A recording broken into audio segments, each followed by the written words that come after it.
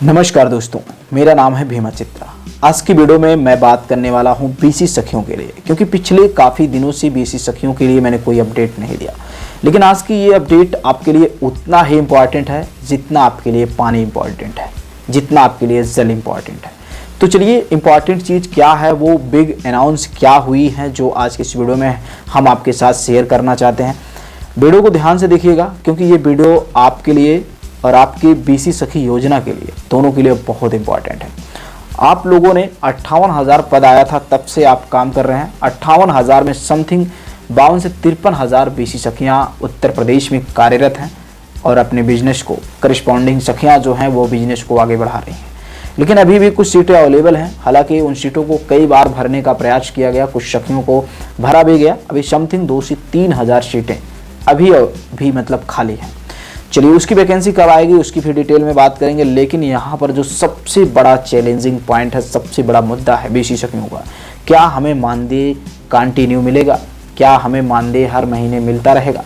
तो अभी रिसेंटली एक अपडेट आया है, अभी कल के परसों के न्यूज़पेपर में, कि जितने भी संविदा कर्मी हैं, जितने भी मानदेय कर्मी हैं, उन सभी को अस्थायी नहीं किया जाएगा। ये बहुत बड़ी खबर है और बहुत कह सकते हैं दुख भरी खबर है।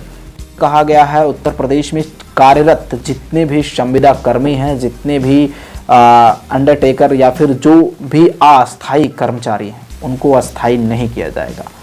ठीक है, अस्थायी की बात तो छोड़िए, यहाँ पर जो बीसी सखियाँ हैं उनको 5 से 6 महीने ही सिर्फ 4,000 रुपये मंथली मिले।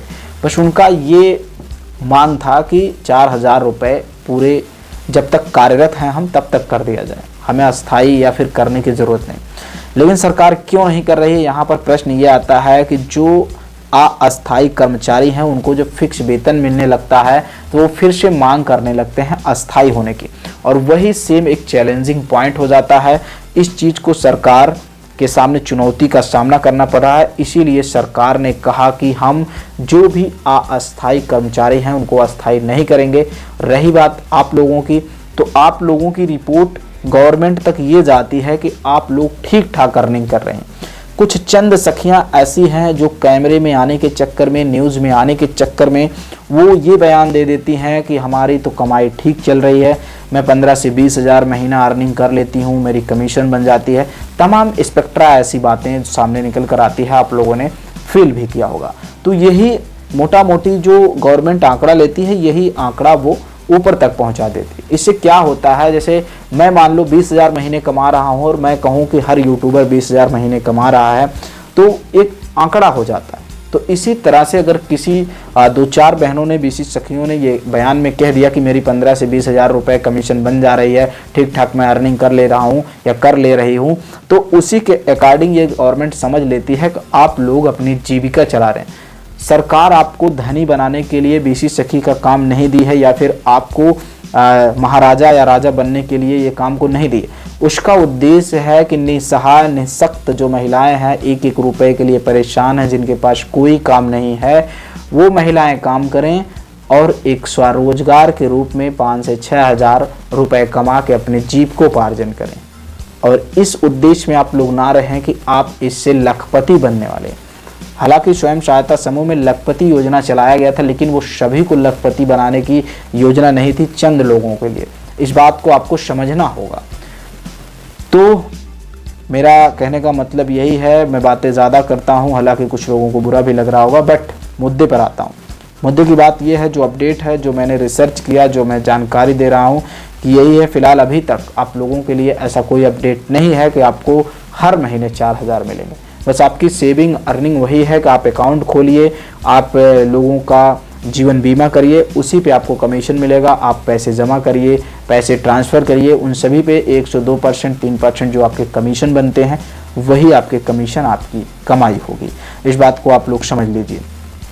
रही बात स्वयं सहायता समूह में, तो स्वयं सहायता समूह के ज़रिए तमाम योजनाएं आ रही हैं, जो ब्लॉक के माध्यम से आपको जब वहाँ पर जाते हैं तो इन्फॉर्म किया जाता है, या फिर मेरी वीडियो पे भी आपको समय समय पर अपडेट मिलती है।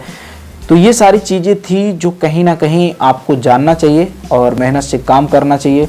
और रही बात आंगनबाड़ी भर्ती की, तो आंगनबाड़ी भर्ती पिछले 2 सालों से पेंडिंग है, उसका कुछ अता पता ही नहीं है। उसमें मामला जब पता किया जाता है तो पता ये जाता है निकल कर कि आरक्षण का मामला है। बहुत बड़ी विडंबना है भर्ती रोकने और रुकवाने का।